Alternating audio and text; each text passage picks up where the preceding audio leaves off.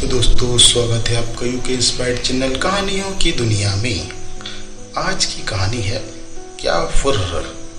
बहुत ही मज़ेदार कहानी है, सुनकर आपको बहुत मज़ा आएगा। एक समय की बात है, बादशाह अकबर को कहानियाँ सुनने का एक अजीब चस्का लग गया।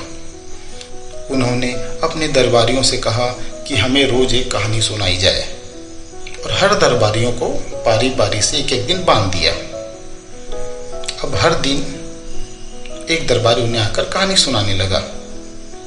क्योंकि अकबर को जल्दी नींद नहीं आ रही थी, इसलिए वह देर रात तक लंबी कहानियां सुनना पसंद करते थे, और किसी भी कहानी से उनका मन जल्दी नहीं भरता था। अब शुरू में तो सभी दरबारियों ने इन्हें प्रभावित करने के उद्देश्य से खूब दिल खोलकर कहानियां सुनाई। अब लेकिन धीरे धीरे वे सब दरबारी परेशान होने लगे। अब लेकिन बादशाह अकबर से कौन कहता, डर के मारे सबकी जुबान बंद थी। सबको बस इंतजार उस दिन का था जब बादशाह अकबर का कहानियां सुनने का ये चस्का खत्म हो जाए और उनको इस आफत से पीछा छूटे। अब समय बीतता गया, सभी दरबारियों की पारी आती गई और सभी अपनी अपनी कहानियां सुनाकर जाते गए। कुछ समय बाद बीरबल का भी नंबर आया। अब एक दिन बीरबल कहानी सुनाने की जब पारी आई बीरबल की, तो बादशाह अकबर के कक्ष में गए और बीरबल अकबर को कहानी सुनाने लगे। अब अकबर की बीरबल से अन्य दरबारियों की तुलना में तो अधिक अपेक्षा थी। अब बीरबल ने अकबर को छोटी छोटी कई कहानियां सुना दी।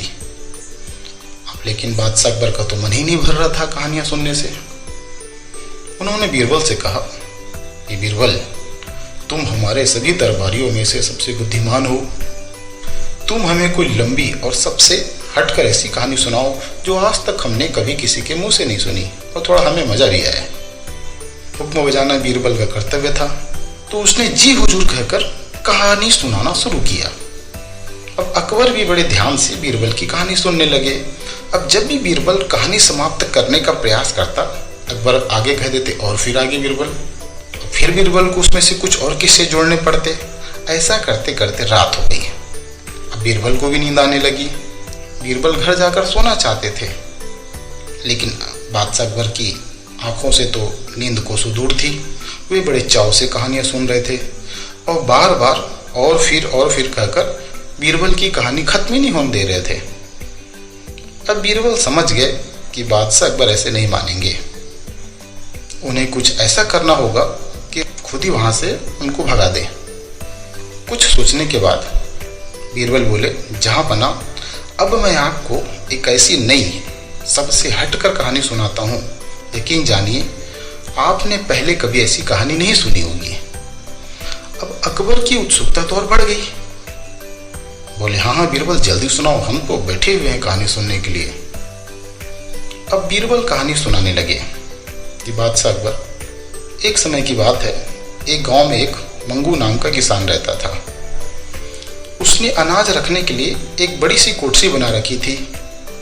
उस कोठरी में एक छोटा सा छेद रह गया था, जिस ओर वो मंगू किसान ने कभी ध्यान ही नहीं दिया।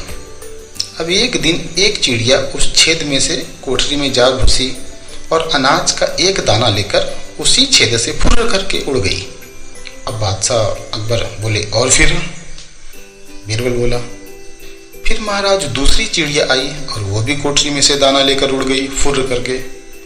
अकबर बोलते हैं, और फिर बीरबल बोला, महाराज फिर तीसरी चिड़िया आई और वो भी कोठरी में से एक दाना लेकर उड़ गई फुर्र करके। अकबर जब और फिर कहते तो बीरबल कह देता, फिर एक चिड़िया आई महाराज और दाना लेकर उड़ गई फुर्र। अब अकबर को और क्या करते करते और बीरबल को फुर्र करते करते काफी समय बीत गया। कहानी फुर्र से आगे ही नहीं बढ़ रही थी।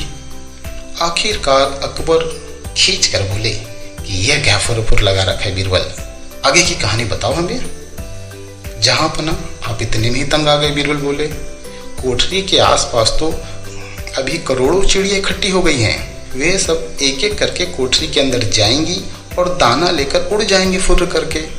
मैं तो महाराज आपके कहे अनुसार ही कहानी बहुत लंबी और हटकर है सुना रहा हूँ। फुर्र सुनकर अकबर पहले ही बहुत खींच चुके थे।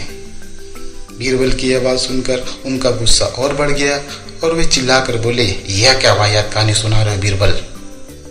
हमें नहीं सुननी ऐसी कहानी, चलो भागो यहाँ से, जाओ हमें नींद आ रही है। बीरबल बोले, जो हुकुम जहाँ पना, कहकर बीरबल मंद मंद मुस्कुराते हुए वहाँ से चले गए। तो दोस्तों, इस कहानी से सीख हमें मिलती है कि किसी भी तरह की यदि समस्या हो और बुद्धिमानी से हम काम लेने पर उसका हल आसानी से निकाला जा सकता है। तो दोस्तों, इस चैनल पर हम ऐसी कहानियाँ लगातार लाते रहेंगे।